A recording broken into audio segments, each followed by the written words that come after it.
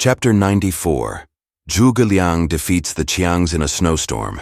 Sima Yi quickly captures Meng. Guo Huai laid before his colleague the scheme to overcome the army of Shu, saying, "The Qiang tribes have paid tribute regularly since the days of the founder of Wei. Emperor Pai regarded them with favor. Now let us hold such points of vantage as we may, while we send secret emissaries to engage their help in exchange for kindly treatment. We may get the Qiangs to attack Shu and engage their attention, while we gather a large army to smite them at another place. Thus attacking, how can we help gaining a great victory?" A messenger was sent forthwith bearing letters to the Qiang tribespeople. The king of the western Qiangs was named Ji. He had rendered yearly tribute since the days of Cao Cao. He had two ministers, one for civil and the other for military affairs, named, respectively, Prime Minister Ya Dan and Chief Leader Ji. The letter was accompanied by presents of gold and pearls, and when the messenger arrived, he first sought Prime Minister Ya Dan, to whom he gave gifts and whose help he begged. Thus he gained an interview with the king, to whom he presented the letter and the gifts. The king accepted both and called his counselors to consider the letter. Ya Dan said, "We have had regular intercourse with the Wei kingdom. Now that Cao Zhen asks our aid and promises an alliance, we ought to accede to his request." Ji agreed that it was so, and he ordered his two chief ministers to raise an army of 250,000 of trained soldiers, archers and crossbowmen, spearmen and swordsmen, warriors who flung maces and hurled hammers. Beside these various weapons, the tribesmen used chariots covered with iron plates nailed on. They prepared much grain and fodder, and many spare weapons, all of which they loaded upon these ironclad chariots. The chariots were drawn by camels or teams of horses. The carts or chariots were known as iron chariots. The two leaders took leave of their king and went straightway to Siping Pass. The commander in charge of the pass, Han Zhen, at once sent intelligence to Zhuge Liang, who asked, "Who will go to attack the Qiangs?" Guanxing and Zhang Bao said they would go. Then Zhuge Liang said, "You shall be sent, but as you are ignorant of the road and the people, Ma Dai shall accompany you." To Ma Dai he said, "You know the disposition of the Qiangs from your long residence there. You shall go as guide." They chose out 50,000 of veterans for the expedition. When they had marched a few days and drew near their enemy, Guanxing went in advance with 100 horsemen and got first sight of them from a hill. The Qiangs were marching, the long line of iron chariots one behind another in close order. Then they halted and camped, their weapons piled all along the line of chariots like the ramparts of a moated city. Guanxing studied them for a long time, quite at a loss to think how to overcome them. He came back to camp and consulted with his two colleagues. Ma Dai said, "We will see tomorrow what they will do when we make our array, and discuss our plans when we know more." So the next day they drew up their army in 3 divisions, Guanxing's division being in the center, Zhang Bao's in the left, and Ma Dai's in the right. Thus they advanced. The enemy also drew up in battle order. Their chief leader, Ji, had an iron mace in his hand, and a graven bow hung at his waist. He rode forward on a curvetting steed boldly enough. Guanxing gave the order for all 3 divisions to go forward. Then the enemy's ranks opened in the center and outrolled the iron chariots like a great wave. At the same time the Qiangs shot arrows and bolts, and the men of Shu could not stand against them. The wing divisions under Ma Dai and Zhang Bao retired, and the Qiangs were thus enabled to surround the center. In spite of every effort, Guanxing could not get free, for the iron chariots were like a city wall, and no opening could be found. The troops of Shu were absolutely helpless, and Guanxing made for the mountains in hope of finding a road through. As it grew dark, a Qiang leader with a black flag approached, his warriors like a swarm of wasps about him. Presently the leader cried out to him, "Youthful general, flee not! I am Ji." But Guanxing only hastened forward, plying his whip to urge his steed. Then he suddenly came on a deep gully, and there seemed nothing but to turn and fight. Ji come close and struck at him with the mace.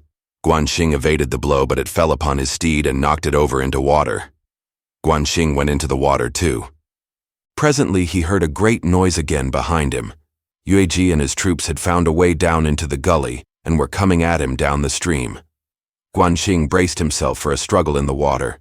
Then he saw Zhang Bao and Ma Dai coming up on the bank fighting with and driving off the Qiangs. Ji was struck by Zhang Bao, and he too fell into the gully. Guanxing gripped his sword and was about to launch a stroke at Yueji as he came up, when Yueji jumped out of the water and ran away. At once, Guanxing caught the steed Yueji had left, led it up the bank and soon had it ready to mount. Then he girded on his sword, got on the horse, and joined the battle with his colleagues. After driving off the Qiangs, Guanxing, Zhang Bao, and Ma Dai gathered together and rode back. They quickly gained the camp. "I do not know how to overcome these men," said Ma Dai. "Let me protect the camp while you go back and ask the Prime Minister what we should do." Guanxing and Zhang Bao started at once and made the best of their way back. They told Zhuge Liang what had happened. He at once sent off Zhao Yun and Wei Yan to go into ambush. After this, he went himself with 30,000 troops and Jiang Wei, Zhang Yi, Guanxing, and Zhang Bao, and soon came to Ma Dai's camp. The day after, from the summit of a hill, Zhuge Liang surveyed the country and the enemy, who were coming on in a ceaseless stream. "It is not difficult," said Zhuge Liang. He called up Ma Dai and Zhang Yi and gave them certain orders. They having gone, he turned to Jiang Wei saying, "My friend, do you know how to overcome them? The enemy only depend upon force and courage. They shall not expect this fine strategy," was the reply. "You know," said Zhuge Liang smiling, "those dark clouds and the strong north wind mean snow. Then I can do what I wish." The two leaders, Guanxing and Zhang Bao, were sent into ambush, and Jiang Wei went out to offer battle. But he was to retire before the iron chariots. At the entrance to the camp were displayed many flags, but the soldiers that should serve under them were not there. It was now full winter, the 12th month, and the snow had come. The army of Shu went out to offer battle. When the iron chariots came forward, they retired and thus led the Qiangs to the gate of the camp, Jiang Wei going to its rear. The Qiangs came to the gate and stopped to look. They heard the strumming of a lute, but there were no soldiers there. The flags meant nothing. They told Yueji, and he suspected some ruse. Instead of entering, he went back to Prime Minister Yadan and told him. "It is a ruse," said Yadan. "Zhuge Liang's base trick is the pretense of a pretense, and you had better attack." So Yueji led his troops again to the camp gate, and there he saw Zhuge Liang with a lute just getting into his chariot. With a small escort, he went toward the back of the camp. The tribesmen rushed into the camp and caught sight of the light chariot again just as it disappeared into a wood. Then said Yadan, "There may be an ambush, but I think we need not be afraid of these soldiers." Hence they decided to pursue. Ahead of them they saw the division under Jiang Wei, hastening off through the snow. Yeji's rage boiled up at this sight, and he urged his men to go faster. The snow had filled in the roads among the hills, making every part look like a level plain. As they marched, one reported that some of the enemy were appearing from the rear of the hills.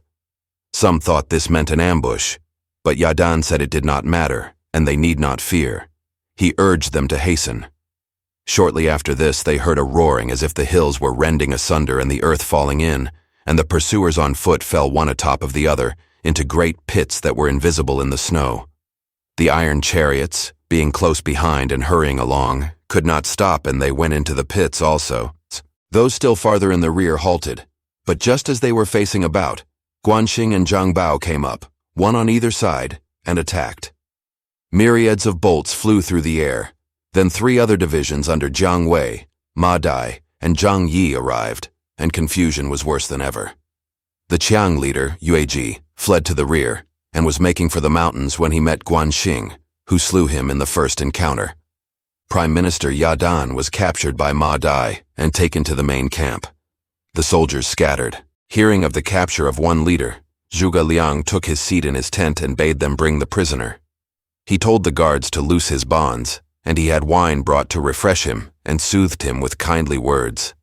Yadan was grateful for this kindness, and felt more so when Zhuge Liang said, "My master, the emperor of the great Han, sent me to destroy those who are in revolt. Why are you helping them? But I will release you, and you will return to your master and say that we are neighbors, and we will swear an oath of everlasting friendship and tell him to listen no more to the words of those rebels." Yadan was released, and so were all the soldiers that had been captured, and all their stuff was given back to them. They left for their own country. The Qiangs being thus disposed of, Zhuge Liang quickly marched again to Qishan. He sent letters to capital Chengdu announcing his success. Meanwhile, Cao Zhen anxiously waited for news of his expected allies. Then a scout came in with the news that the army of Shu had broken camp and were marching away. "That is because the Qiangs have attacked," said Guo Huai gleefully, and the two made ready to pursue. They saw ahead of them the army of Shu seemed to be in confusion. The van leader Cao Zun led the pursuit. Suddenly, as he pressed on, there came a roll of drums, followed by the appearance of a cohort led by Wei Yan, who cried, "Stop, you rebels!" But Cao Zun did not obey the summons. He dashed forward to meet the attack. He was killed in the third encounter. His colleague Zhu Zan in similar fashion fell in with a cohort under Zhao Yun, to whose long spear he soon fell victim. The loss of these two made Cao Zhen and Guo Huai hesitate, and they made to retire. But before they could face about, they heard the drums of an army in their rear, and Guanxing and Zhang Bao came out and surrounded them. Cao Zhen and Guo Huai made a stand for a time but were soon worsted and fled. The army of Shu pursued the beaten enemy to the bank of River Wei, where they took possession of the Wei camp. Cao Zhen was greatly chagrined at his defeat and sad at the loss of his generals. He sent a report of his misfortune to his master and asked for reinforcements.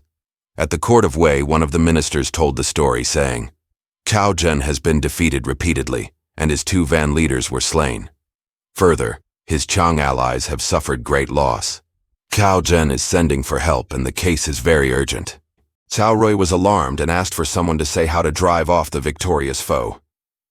Thereupon Hua Xin said, "It will be necessary for your majesty to go in person. You should call together all the nobles, and each will have to exert himself. Unless this is done, capital Chang'an will be lost, and the whole land within the pass be in danger." But imperial guardian Zhong Yao opposed him. Said he, "The knowledge of every leader must exceed that of those led, then only will he be able to control them." Sun Tzu the strategist sums it up very briefly. Know the enemy, know thyself, and every battle is a victory. I know Cao Zhen has had great experience in the field, but he is no match for Zhuge Liang. Still there is such a match, and I will pledge my whole family that he will succeed. But your majesty may be unwilling to listen to me." The ruler of Wei replied, "You are a minister of high rank and old. If you know any wise person able to repel these soldiers of Shu, call him without delay and ease my mind." Then said Zhong Yao, "When Zhuge Liang decided to invade us, he was afraid of the one man I will name. Wherefore he spread calumnies concerning him, raising suspicion in your majesty's mind that you might dismiss him. That done, Zhuge Liang invaded. Now employ this man again, and the enemy will retire." "Who is it?" asked the ruler of Wei. "I mean the imperial commander of the flying cavalry, Sima Yi." "I have long regretted my action," said Cao Rui. "Where now is friend Sima Yi?" "He is at the city of Wancheng, idle." An edict was prepared recalling Sima Yi and restoring him to his rank and titles, and conferring upon him the new title, Commander-in-Chief of the Western Forces and General who pacifies the West. All troops of Nanyang were set in motion, and Cao Rui led them to Chang'an. At the same time, Cao Rui ordered Sima Yi to be there to meet him on a certain day, and the orders were sent by a swift messenger to the city of Wancheng. At this time, Zhuge Liang greatly rejoiced at the success he had had. He was at Qishan, busy with plans for other victories, when Li Yan, who was in command at the Palace of Eternal Peace, sent his son Li Teng to the camp. Zhuge Liang concluded that such a visit could only mean that Wu had invaded them, and he was in consequence cast down. However, he summoned Li Teng to his tent, and when asked the object of his mission, Li Teng replied that he had joyful news to impart. "What is your joyful news?" said Zhuge Liang. Formerly Meng deserted to Wei, but only because he could do nothing else. Cao Pi thought much of his capabilities, treated him most generously, kept him at his side, gave him titles of general who establishes strong arms and lord of Pingyang, and appointed him to the posts of governor of Xincheng and commander of Shangyong and Jincheng, and so on. But when Cao Pi died, all was changed. In Cao Rui's court were many who were jealous of Meng Da's influence and power, so that he enjoyed no peace. He used to talk about being originally one of the Shu leaders, and he was forced to do so and so. Lately, He has sent several confidants with letters to my father, asking that he would state his case to you as to the happenings. When the 5 armies came upon Shu, he wanted to rejoin the riverlands. Now he is at Xincheng, and hearing you are attacking Wei, he proposes to lead the army of the 3 counties about Xincheng, Jincheng, and Shangyong to attack Luoyang while you attack Chang'an, whereby both capitals will be taken. I have brought with me his messenger and his letters. This was good news, and the bearer was fittingly rewarded. But at that moment came the news that Cao Rui was leading an army to Chang'an and had recalled the banished Sima Yi to office. This piece of bad news saddened Zhuge Liang not a little. He told Ma Su, who said, "Cao Rui should not be your worry. If he goes to Chang'an, we will march there and capture him on the road, and there will be an end of him." "Do you think I fear him?" said Zhuge Liang bitterly. "But the recall of Sima Yi is another matter. That troubles me. And Meng Da's proposal will avail nothing if he comes across this man. Meng Da is no match for him. He captured, and if he should be, the Middle Land will be hard to conquer." "Why not put Meng Da on his guard then?" said Ma Su. Zhuge Liang decided to write, and the letter was dispatched immediately.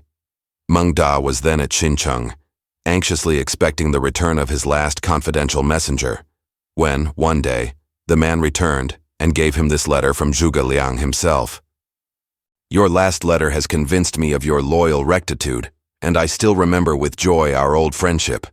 If your plan succeeds, you will certainly stand in the first rank of most worthy ministers.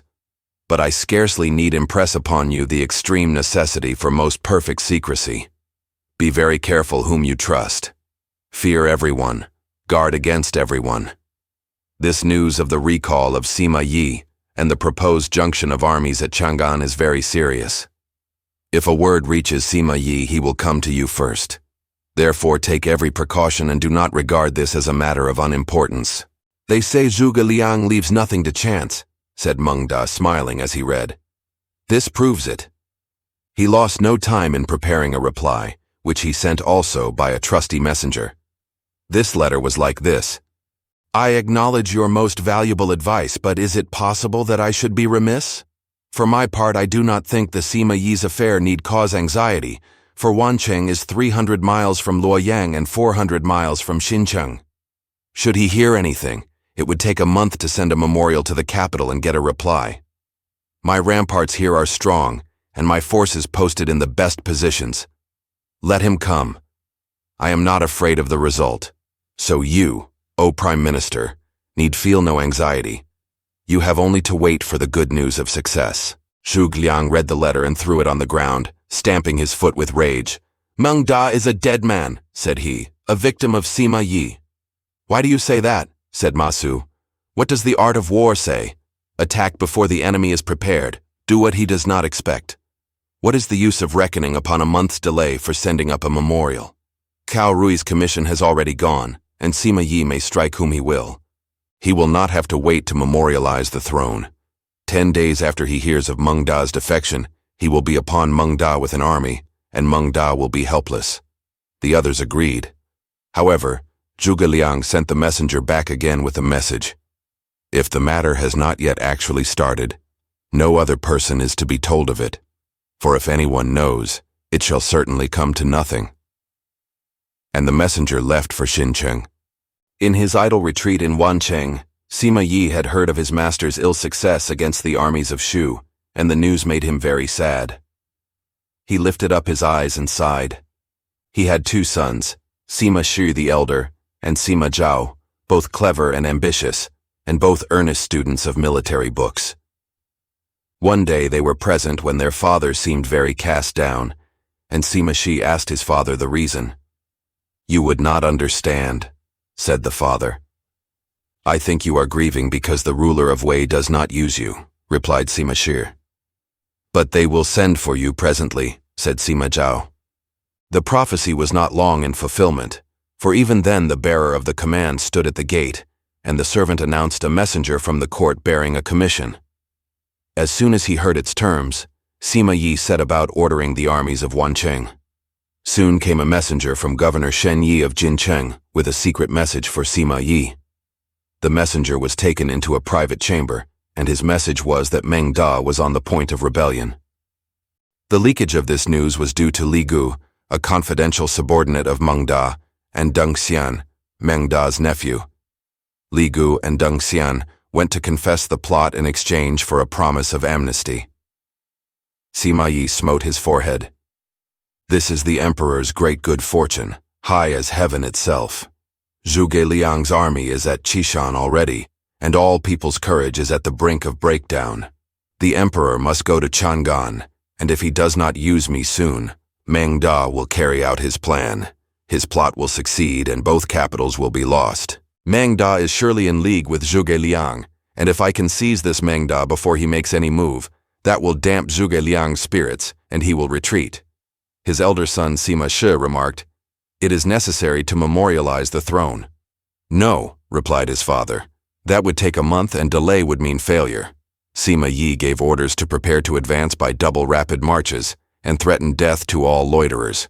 In order to avert suspicion, he sent letters to Meng Da by the hand of military advisor Liang Ji to tell Meng Da to prepare to join the western expedition. Sima Yi quickly followed Liang Ji. After 2 days' march, Sima Yi fell in with an army of General Xu Huang over the hills. Xu Huang got an interview with Sima Yi, and he said, "The emperor has arrived at Chang'an to lead an expedition against Shu. Whither is the commander-in-chief going?" Sima Yi in a low voice said to him, "Meng Da is on the verge of rebellion, and I am going to seize him." "Let me go as your van leader," said Xu Huang. So Xu Huang's troops were joined to the expedition and marched in the van. Sima Yi commanded the center, and his sons brought up the rear. 2 days farther on, some of the scouts captured Meng Da's confidential messenger, and with him, Zhuge Liang's reply. Sima Yi said to the man, "I will let you live if you tell all you know." So the messenger told all about the letters and messages he had taken from one to the other. When Sima Yi read, he remarked, "All able people think the same way. Our plan would have been foiled by Zhuge Liang's cleverness unless, by the good luck of the emperor, this messenger had been captured. Now Meng Da will be helpless." The army pressed on still more rapidly. Meng Da had arranged for his stroke with Governor Shen Yi of Jincheng and Governor Shen Dan of Shangyong, and was awaiting the day he had fixed. But Shen Yi and Shen Dan were only pretending to abet him, although they went on training and drilling their troops to keep up appearances till the soldiers of Wei could arrive. To Meng Da they pretended delay in their transport as the reason for being unable to start, and he believed them. Just then, Liang Ji came, and when he had been ceremoniously received, he produced the order from Sima Yi and said, "The commander-in-chief has received the edict of the emperor to call in all the forces in this area, and he has sent me to direct you to hold your troops in readiness to march." "On what day does the commander-in-chief start?" asked Meng Da. "He is just about starting now, and is on the way to Chang'an," replied Liang Ji. Meng Da smiled inwardly, for, this being so, he saw success before him. He gave a banquet to Liang Ji. After Liang Ji took his leave, Meng Da sent to his fellow conspirators, Shen Yi and Shen Dan, to say the first step must be taken next day by exchanging the banners of Wei for those of Han and marching to attack Luoyang. Then the watchman reported a great cloud of dust in the distance as though an army was coming. Meng Da was surprised and went up on the ramparts to see for himself. Soon he made out the banner of Xu Huang leading. He ran down from the wall and in a state of trepidation ordered the raising of the drawbridge. Xu Huang still came on, and in due time stood on the bank of the moat. Then Xu Huang called out, "Let the traitor Meng Da yield quickly." Meng Da, in a rage, opened upon him with arrows, and Xu Huang was wounded in the forehead. He was helped to a place of safety while the arrows flew down in great numbers. When the soldiers of Wei retired, Meng Da opened the gates and went in pursuit. But the whole of Sima Yi's army soon came up, and the banners stood so thick that they hid the sun. "This is what Zhuge Liang foresaw," said Meng Da despairingly. The gates were closed and barred. Meanwhile, the wounded general Xu Huang had been borne to his tent, where the arrowhead was extracted and the physician attended to him. But that night he died. He was 59. His body was sent to Luoyang for burial. Next day, when Meng Da went up on the wall, he saw the city was entirely surrounded as with a girdle of iron. He was greatly perturbed and could not decide what to do. Presently he saw two bodies of troops coming up, their banners bearing the names of his fellow conspirators, Shen Yi and Shen Dan. He could only conclude that they had come to his help, so he opened the gates to them and went out to join them in the fight. "Rebel, stay!" cried they both as they came up. Realizing that they had been false, he turned and galloped toward the city. But a flight of arrows met him, and the two who had betrayed him, Li Gu and Deng Xian, began to revile him. "We have already yielded the city," they cried. Then Meng Da fled. But he was pursued, and as he and his horse were both exhausted, he was speedily overtaken and slain. They exposed his head, and his soldiers submitted. Sima Yi was welcomed at the open gates. The people were pacified, the soldiers were rewarded, and this done, a report of their success was sent to Cao Rui. Cao Rui ordered the body of Meng Da to be exposed in the marketplace of Luoyang, and he promoted Shen Yi and Shen Dan and gave them posts in the army of Sima Yi. He gave Li Gu and Deng Xian command of the cities of Xincheng and Shangyang. Then Sima Yi marched to Chang'an and camped. The leader entered the city to have audience with his master, by whom he was most graciously received. "Once I doubted you," said Cao Rui, "but then I did not understand, and I listened to mischief makers. I regret it. Had you not suppressed Meng Da, both capitals would have gone wrong." Sima Yi replied, "Shen Yi gave the information of the intended revolt and thought to memorialize your majesty. But there would have been a long delay, and so I did not await orders, but set forth at once. Delay would have played into Zhuge Liang's hands." Then Sima Yi handed in Zhuge Liang's letter to Meng Da. When the emperor had read that, he said, "You are wiser than both the great strategists of old, Wu Qi and Sun Zi." The ruler of Wei conferred upon the successful leader a pair of golden axes and the privilege of taking action in important matters without first obtaining his master's sanction. Then Sima Yi was ordered to lead the army to the pass against the enemy. Sima Yi said, "May I name the leader of the van?" "Whom do you nominate?" "Zhang He, general of the Right Army, can shoulder this task." "Just the man I wish to send," said Cao Rui, smiling, and Zhang He was appointed. Sima Yi took his army off Chang'an and marched it to the camp of the Shu army. The result of the campaign will appear in the next chapter. Thanks for watching. Please like the video and subscribe to the channel for more excellent content.